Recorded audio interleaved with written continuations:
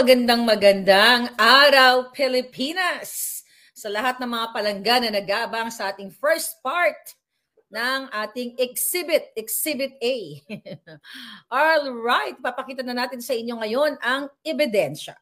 First part ng ebidensya. Present na ba ang lahat, mga palangga? Ayan, present na. Pakishare na ito mga dapat ninyong malaman. Dito sa first part ng ating ebidensya ng pulburon, okay? Papakita natin ang ebidensyang matagal nang dapat nakita ng taong bayan. Even during election, hindi na ipalabas dahil may nagmakaawa, may lumuhod. Pero dito, sa mga moment na ito, ay ipapakita ko sa inyo. Napag-alaman ko, bago tayo mag-vlog, ay talagang pinapahunting ako ng gobyerno ni Marcos Jr., ni Lisa. Hinahunting nila ako para gorgorin kasi naaalarma sila sa mga sinasabi ko ditong pasabog o yung mga ebidensya. So, natatakot ba tayo? Hindi. Okay? Sabi nga natin, kung lalaban yung mga buwaka ng inang yan, ng one-on-one, bakit hindi? Pero traidor. Ano ang laban ng isang alindog ko, mga kababayan? Isang babae, isang alindog ko. Kung ang mga inutusan ni Lisa ay manggugurgur, may dalang pusil at kung ano-ano pa. Okay? So ayaw nilang malaman ninyo ang mga susunod na mga ebidensyang ipapalabas ko. Okay, nasa part 1 pa lang tayo. Kung natatandaan ninyo na kinukwento ko sa inyo nung ako ay unang lumabas nung Agosto dahil sukang-suka na ako sa kababayan ng gobyernong ito at pag-aaway nila sa loob, August of 2022. Ikinuwento ko sa inyo in 2022 na even mga celebrities, even mga backlash na mukhang ibos na nakapaligid kay Lisa Tanas na nang i-scam sa pera ng bayan. Okay? Nagpapalit ng mga etiketa. Okay? Na mga available sa SM mall ang mga paninda tapos pinapalitan ng etiketa para kunyari design ng mga putang inang ito. Kasama yan. Yung mga scammer na yan, kasama yan sa nang kikinabang ng pera ng bayan at alam nila na ang gobyerno ni Kuting ay pulboron. Ang gobyerno ni si Kuting mismo ay durugist, pulborinista, lahat. Kung natatandaan nyo, merong kaibigan kakilala si Kuting na nagpakita sa akin ng letrato na kung saan bangag-bangag silang lahat. Ito yung mga alta-altahan. Remember that? Okay. Napag-alaman natin, mga kababayan, na noong 2012, okay, nung si Kuting ay senador, si Kuting, 2012. Oh no, hindi pa siya senador, 2010 to 2016 pala siya nagsenador, okay? Si Kuting nung 2012 na siya ay bangag na bangag at halos araw ay nakikipag-session sa mga artista. Okay? Na itong mga artistang to, nabanggit na nga ito, di ba? Pero hindi natin siya babanggitin kasi nananahimik naman. But, for the heck, para maipakita natin sa inyo, itong mga kasisyon ni Marcos Jr., kasi ito yung artistang ito, sinira nila ang buhay. Dahil, well, I may say na adult naman itong artistang to, well, sinira, na nalulung siya sa Coca-Cola. So, ngayon, noong 2012, ayon sa ating informasyon, alright, si Kuting ay huhulihin na sana kasama itong artistang ito. So, hulihin na siya, may order na po, actually hawak ko. Alright? So, nung time na yon, dapat ay i-raid na siya kasi meron ng pre-operation report na positive na si Marcos Jr. ay isang bangag na bangag sa pulburon. Panahon ito ni Noynoy. So, nung time na all set up na, mga kababayan natin, nung time na huhulihin na itong walang hiyang ito, dahil itong si Marcos Jr., dahil nga kompleto na yung pre-operational report, lahat ng background na kung siya ba talaga ay involved sa pulburon, meron ng operational plan, meron na silang ginawang mga assessment na just in case tumakbo si Kuting, di ba? Saan pupunta? You know, lahat ng mga bagay ay na-set up na. Lahat, contingency plans, post-operation, kung anong mangyayari kapag hinuli na si Kuting. Lahat po, kompleto na sa coordination niya mga yan. Okay? The problem is, during that time, okay, ito yung sinasabi ni Pangulong Duterte sa Maisog na nakita niya sa PIDEA report na si Marcos Jr. ay isang durugista, isang pulboronic. Totoo. Yung sinabi ko sa inyo na lumuhod si Amy Marcos sa Pangulong Duterte na wag na hulihin si Kuting o wag na siya isama doon sa pulboronic list, sa narco list. Totoo yun kasi napaka-reliable ng ating impormasyon na nakuha doon at dito sa ipapakita nating ebidensya sa inyo ay magja-jive lahat. So nung panahon ni Noynoy, isa sa kabinete ni Noynoy ang humarang dito. Okay? Maari, okay? Hindi natin muna siya bibigyan ng pangalan pero maaring business partner ni Liz Satanas. Kasi napag-alaman natin na pinigil, ginawa ng paraan para wag matuloy at hindi tuluyang mapahiya si Marcos Jr. na siya po ay pulboronic. Na siya ay nasa narco list talaga. Nandoon talaga siya. Mga kababayan, nandito po ang confidential report ng PIDEA na hawak ko sa inyo. Ipopost ko to sa Twitter mamaya para may kopya kayo, hindi yung ganitong klaseng papel. Baka sabihin nyo ginawa-gawa ko lang. Okay, ipapakita ko sa inyo ang original copy. Okay? Sa Facebook, ititwist, bahala na kayo i-upload nyo lahat. Mag-stitch kayo sa TikTok, it's up to you. But this document na hawak ko makapagpatunay na ang sinabi ni Duterte ay totoo. Na si Marcos Jr. ay kasama sa listahan ng mga nagpupulburon ng PIDEA. Ito po, nakalagay dito sa confidential report, Republic Act, ito, PIDEA. Ayan, 2 page po yan. Alright? PIDEA. Okay? Basahin ko na lang para bonggang-bongga. Republic of the Philippines, Office of the President, Philippine Drug Enforcement Agency, Intelligence and Investigation Service, NIA Northside Road, NGC, Barangay Pinyahan, Quezon City. Andyan ang logo ng PIDEA, mga pabalangga. So ito ay, sa the last minute, may kumausap sa akin na, Maharlika, wag mong ipakita ito, hindi yung nagbigay sa atin, wag mo ipakita sana ang ebidensya from the PIDEA kasi lalo kanilang tatargetin at papatahin ka, hindi ka sisintahin ng mga ito. Sabi ko, kahit napakita ko hindi, papatahin din naman ako ng mga yan kapag ginusto nila at nakapag-tsempo yung mga hayop na yan. Ito, ulitin natin, confidential, Republic of the Philippines Office of the President. Okay? Ito'y alam ni Noynoy nung time na siya ang presidente. Right? Hindi ko alam bakit hindi nila inisplok to at ginamit nila nung 2016 election ng presidente at even ng 2022. Kasi nga, alam niyo na kung bakit hindi ginamit. Kasi pala, pare-pareho silang dilawan pulawan. Pre-operational report, control number, okay, blank. Dated March 11, 2012 pa lang, dapat ay nasa nakalaboso na si Marcos Jr. 2012, that's the date. Okay, yan. Okay. Ngayon, number 1, Unit Office Intelligence and Investigation Service. Name of the target. No alias. First na nakapangalan na binura ko na hindi na natin siya isasama, pero ano natin, i-upload natin to mamaya. Blank, artista, and Bongbong Marcos Jr., Bongbong Marcos and Bonget and some unidentified male and female cohorts. Ito po ay order para i-arestuhin sila dun sa kanilang rumbuhan kung saan sila ay nagpupulburon. Okay?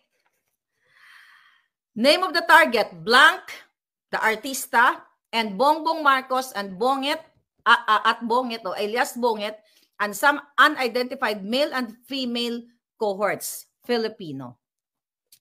Okay? Yes. Specific area of operation, NCR, National Capital Region, Makati City. Nakalagay dito, summary of information. A confidential informant personally appeared before this office and reported that a group of showbiz and politically affluent personalities are frequently using illegal pulburon, okay, inside Unit 4C Rizal Tower Building, Rockwell, Makati City. May perma ng team leader. Okay? Binura din natin para ang ma-highlight si Marcos Jr. Then mga palangga, first time here in my channel na walang naglakas ng loob na ilabas ito na si Marcos Jr. ay talagang pulboronic noon hanggang ngayon. Right? So dito, sa second page, authority to operate. This is from the Office of the President, from Noynoy Aquino. Pero I doubt it, baka hindi ito nakita ni Noynoy pala. Baka baka hindi nga nakita ni Noynoy ito, but dahil yung kaniyang mga kabinete ay hinarang. Cabinet niya, isa sa cabinet niya, ayon sa ating source, ang humarang nito para hindi ma-raid o mahuli si Marcos Jr. Itong time na to, ayon sa ating informante, langung-langu at halos every night ay nagsisesyon sila dito sa Rockwell na ito. Okay? Authority to operate, control number, date, okay, March 11, 2012. Okay? Number 1, Unit Office, Intelligence and Investigation Service. Type of operation, ayan, surveillance, casing, test buy bust, okay, search warrant, others specify. Duration, 22 hours, okay, this is 10 ng gabi. March 11 of 2012 to 12 March 12, 2012. Okay? Ngayon, nakalagay dito, Area of Operation, NCR, Makati City. Team Leader, Contact Number. Okay? Ito, nakalagay dito yung agent. Alright? Nakalagay yung agent dito and 7 others. So, agent, so 8 sila ang magre-raid. So, ito yung mga information. Vehicle, model number. Ayan. Para kasi nakakaalam nito, alam niya na totoo mga sinasabi ko dito. Hindi gawa-gawa. Ito ang mga kasakyan ng involved nila Kuting, ay yung mga kasabwat nila na nandoon na nagrurumbuhan sila sa Coca-Cola o sa pulburon. Number 1, Mazda, model Mazda 3, black, ZKC, plate number 8. Wag na natin sabihin. Okay? Wag na, baka wag na sabihin ng plate number. Okay? Toyota Vios, silver, ZBA, may number. Toyota Avanza white, ZRU. So nakakilala kay Kuting o sa artistang ito. So you can verify ito. Kayo ang magsasabi kung itong information na to ay legit or not. Okay? Isuzu Crosswind white, ZIZ blank blank blank. Okay? Noted by Director 2S. Is it 2S or IIS? Okay? So ngayon mga kababayan, okay? Ito yung sinasabi ni Pangulong Duterte na nakita niyang papel. I think isa ito sa mga papel na mayor pa lang siya kasi 2012 ito. At finorward sa kanya noong siya ay presidente niya at kaya inilagay si Marcos Jr. na nag-ooperate o nagbabangag-bangag sa pulburon. So ito po ay confidential report from PIDEA but para sa kalaman ng bayan na si Marcos Jr. na ang sinasabi ko noong 2022, well, hindi naman ako nagsimula, si Pangulong Duterte na may isang presidente na nagsisinghot kasama yung kanyang mga amiga sa Davao City. Diba? Sinabi pa nga ni Pangulong Duterte during the campaign na sa loob ng eroplano sila nagsisesyon. So, totoo, mga kababayan, ang sinabi ni Duterte na si Marcos Jr. noon pa lang, even nung mayor pa lang si Pangulong Duterte, si Marcos Jr. ang presidente ninyo ngayon ay isang bangag, ay isang pulboronic based dito sa PIDEA report na pilit na pinadudukot ni Lisa Satanas, pinadudukot ng gobyernong ito para hindi nyo makita. Pero dahil, mga kababayan, ay gusto nilang targetin ako, hindi gusto, tinatarget na nila, gusto nila akong gurgurin, might as well ilabas na natin sa buong mundo etong report na ito. Actually, na-forward ko na din po ito sa authority dito bago natin binlag. Okay? Ipinorward ko na dahil nga ginigipit nila ako, mga kababayan, gusto nila akong ipagurgor. Remember that? Na-forward na natin ito para mapagtibay natin kung gaano kabangag ang buwaka ng inang gobyernong ito. Nasa mga kamay ninyo ang desisyon kung kayo ba ay tatahimik, religious group, people of the Philippines, kung tatahimik kayo na ang presidente ninyo ay isang bangag, ang mga nakapaligid sa kanya ay gusto kayong iharang sa gyerang hindi naman gyera ninyo. Gusto ang mga pamilya ninyo, ang mga anak ninyo ay ibala dyan sa gyerang gusto nilang mangyari dahil gusto nilang pagtakpan ang mga kasinungalingan, ang mga pambababoy nila sa inyo, ang mga pagtaas ng bilihin, ang lahat ng smuggling, lahat ng extraction, involvement ng gobyernong ito. Imagine nyo, paano nga naman hindi si Lee Satanas ang hindi makialam doon sa pagdukot sa mga bata, sa kanyang kasabwat. Okay, na si Chua. Marami pang ginagawa itong Satanas na ito. Dahil sila ay bangag. Bakit kayo ngayon inilagay sa alanganin dyan sa kaguluhan, sa China, na pinrovoke ng dutang gininang gobyerno ni Marcos Jr., kasabwat ang mainstream media, lahat ng anggulo ng camera na ipalabas sa inyo na kunwari tayo talaga ay binubuli ng China, na pwede namang diplomatic solution ang ibigay ni Marcos Jr. Pero dahil napatunayan ng PIDEA noong panahon ni Noynoy, etong papel na ito na si Kuting ay isang pulburon, kaya kayo isinasalang sa rarara na yan at gustong mategi, magurgur kayong lahat, then it's up to you to get up. And if you want, if you don't ayaw nyo talaga na gusto ni si Kuting pa rin, you get ready sa gerang gusto nila.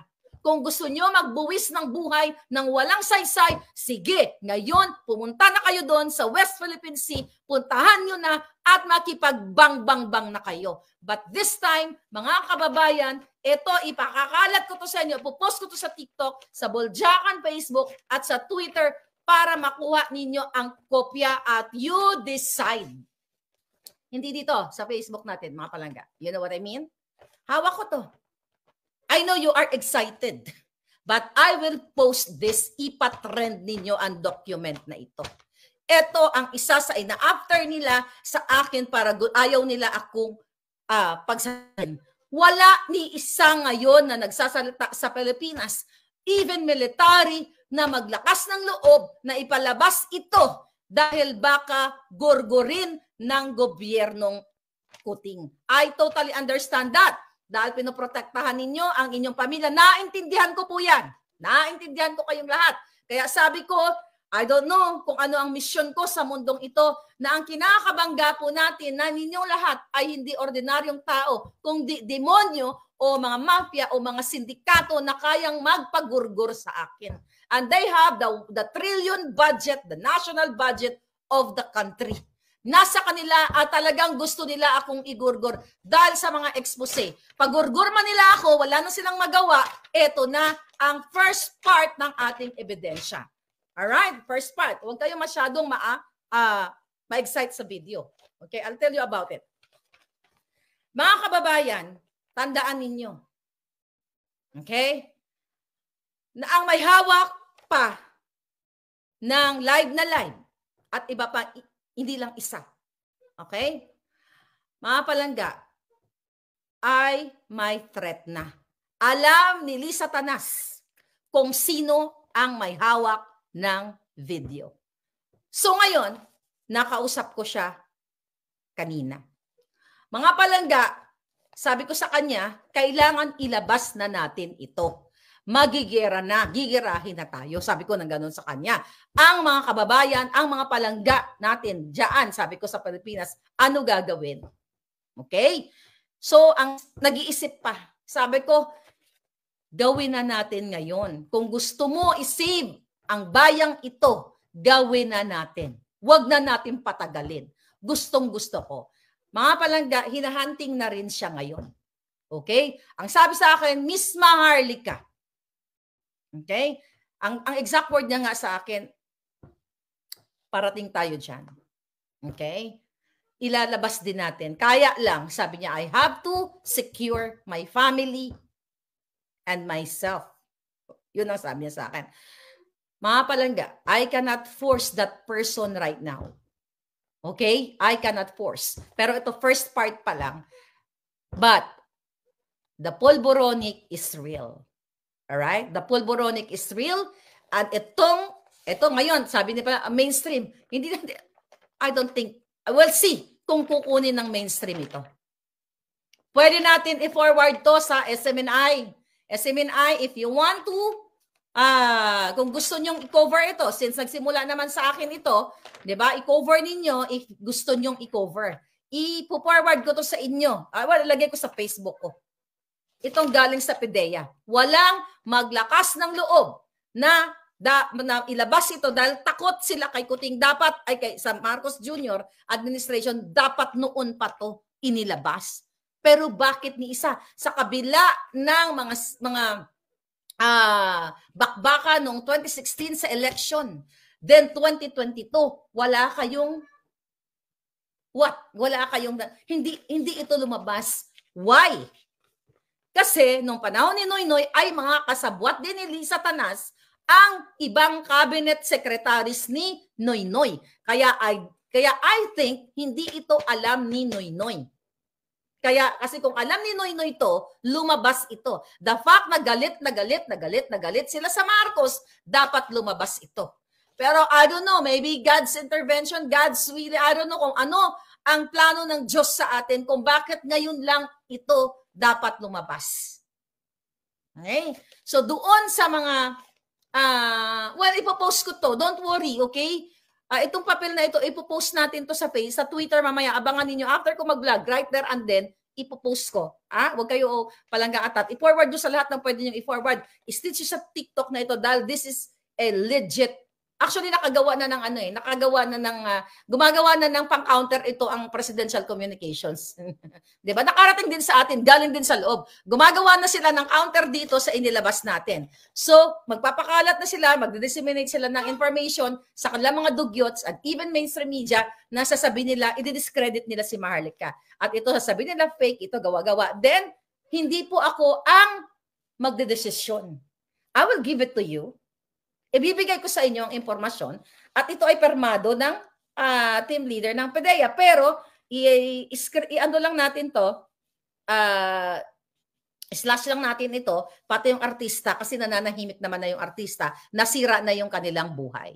Sabi ko nga, kung ito ang aking misyon sa mundong ito, para isigaw sa inyong lahat na meron kayong bangag na presidente, at noon pa ay binili na. Okay, ang term pala na ginamit, palangga, yung raid na supposedly na si Kuting ay may kalaboso, ay binili na o binayaran o binribe na.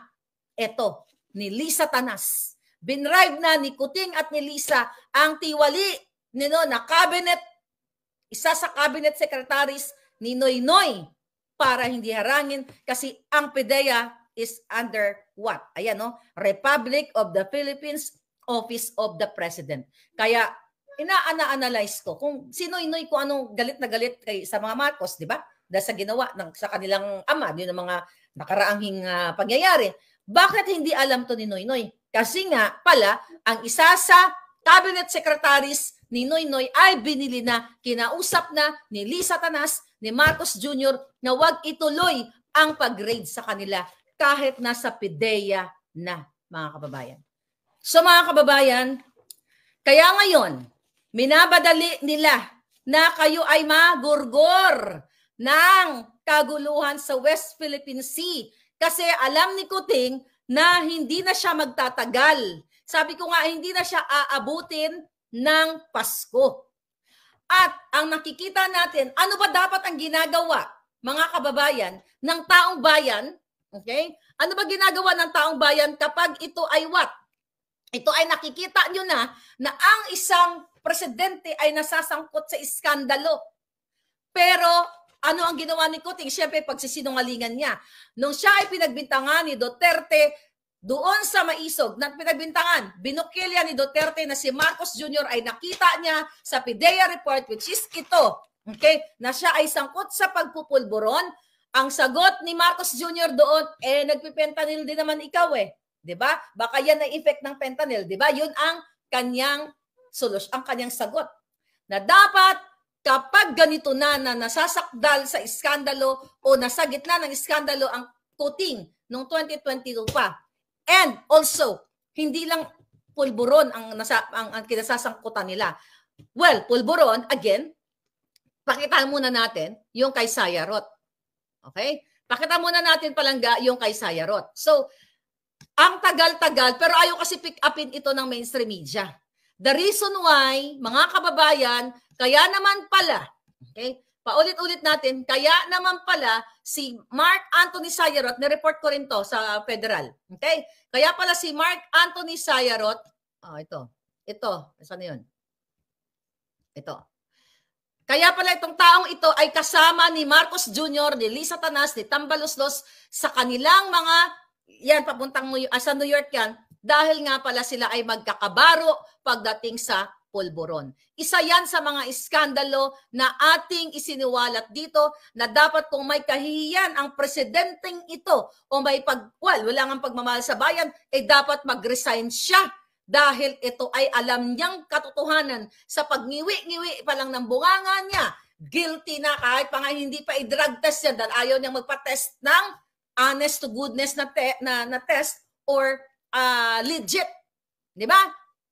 Imagine nyo, nang siya nagpa-test, sa private siya nagpa-test noong 2022, nung hinamon siya ni Duterte. In-interview ko si Attorney Vic Rodriguez. Attorney Vic, nandoon ka ba nung nag-test si Kuting? Anong sabi ni Attorney Vic Rodriguez? Wala. So dahil tiwali ang gobyerno sa Pilipinas, lalo na si Kuting, si Lisa ay kayang magbayad, maaring binayaran nila ang doktor para sabihin siya ay negative nung siya ay tumakbo noong 2022 para sabihin sa taong bayan na siya ay negative. Kung matino ang buwaka ng inang Kuting na ito, ngayon sa sa gitna ng kontrobersya, kung siya ay mula sa puso niyang itim, well, for the heck, kunyari may matinong puso siya, humarap siya sa taong bayan para matigil na ang sinasabi nitong mga netizen na ito, kahit na hindi na ako pangalanan kasi hindi nila gagawin yan. Itong ano na to, magpa-test ako ng live or dun sa legit na doktor na nakikita ng taong bayan para sa transparency. At kung ako ang nagpupulburon, okay? Kung ako yung kay Kuting, matagal na ako nag-resign. Kung mahal ko talaga ang taong bayan, pero mga kababayan, sabihin nyo naman, ano ka ba, maharlika? Bakit magre-resign yan? Bangag nga. Exactly. So, ang nilalatag ko sa inyo, ito sana yung mga posibilidad, okay, na mga tamang ginagawa ng isang presidente na kapag nasasakdal o nasa gitna ng kontrobersya at totoo naman, mga kababayan, dapat nagre-resign na. But another option is what? Yung sinasabi nating legal proceeding o yung impeachment. Pero, paano tayo mananalo sa Kongreso? Okay? Paano makausad itong articles of impeachment kung magkaroon ng impeachment trial, hawak nila ang Congress? Diba? Kitang-kita naman sa charter change, ginagamit nila ang pera ng bayan para bayaran ang mga kongresista, mga buwaka ng inang kongresista para puwersahin ang ating mga kababayan sa kanilang mga distrito para linlangin dito sa kanilang jutang gininang puwersahang initiative. So out yung legal proceedings na sinasabi natin. Although yan ang pinakadapat gawin, impeachment, pero hindi tayo mananalo dyan, mga kababayan, dahil nga hawak nila, binabribe lahat ni Tambaloslos, ni Lisa, ang mga putang ina mga kongresistang hindi pa nilamo ng lupa. Okay? Isa yan dapat. Ngayon, magpa-public apology ba si Kuting? Hindi. Dahil ang isang bangag na katulad ni Marcos Jr. ay hindi mag-a-apologize sa publiko. Mismo ang kapatid niya, mismo ang nagbukelya na napapaligiran siya ng mga demonyo pero wala pa rin effect. Kung matino si Kuting, which is hindi, dapat meron siyang accountability sa taong bayan na siya ay isang bangag na bangag, dapat niyang public apology and mag-resign na. Pero hindi niya po gagawin yan dahil may pakinabang sila sa gobyerno na pagkakamkam lahat ng pera at pag-recover ng kanilang mga frozen assets. Kaya naman kayo ngayon ay nasasabak sa matinding parating na kaguluhan. Ano dapat ang duty ninyo mga palangga? Ano dapat ang gagawin ng mga mamamayan? At doon sa mga sumusuporta kay Kuting, sinasampal na kayo ng katotohanan. Sinasampal na kayo ng ebidensya. Nakikita nyo na ang lahat ng ginagawa ng hayop na gobyernong ito sa taong bayan, ang pagpapahirap. What I'm trying to say, nakikita nyo na lahat na hindi tinupad ni Marcos Jr. ang kanyang mga pangako na bilang na ang oras ng mga smuggler. Pero balikan natin, pakita natin na ang smuggler ay kasabwat ni Lisa Tanas at inappoint pa na maging special envoy to China. So ngayon, mga palangga, asan na si Jong? Wala na? Okay, ito na lang pakita natin. Si Michael Ma. Ayan, yung dalawang picture niya. Yan! Okay, alam nyo na yung Jong. Di natin papakita yung video ngayon. So ngayon, isa yan. Sa pangako ni Marcos Jr. na bilang na ang oras ng mga smuggler, ayan si Michael Ma, inappoint na special envoy, kasama pa ngayon yan ni Lisa sa kanilang illegal business with smuggling.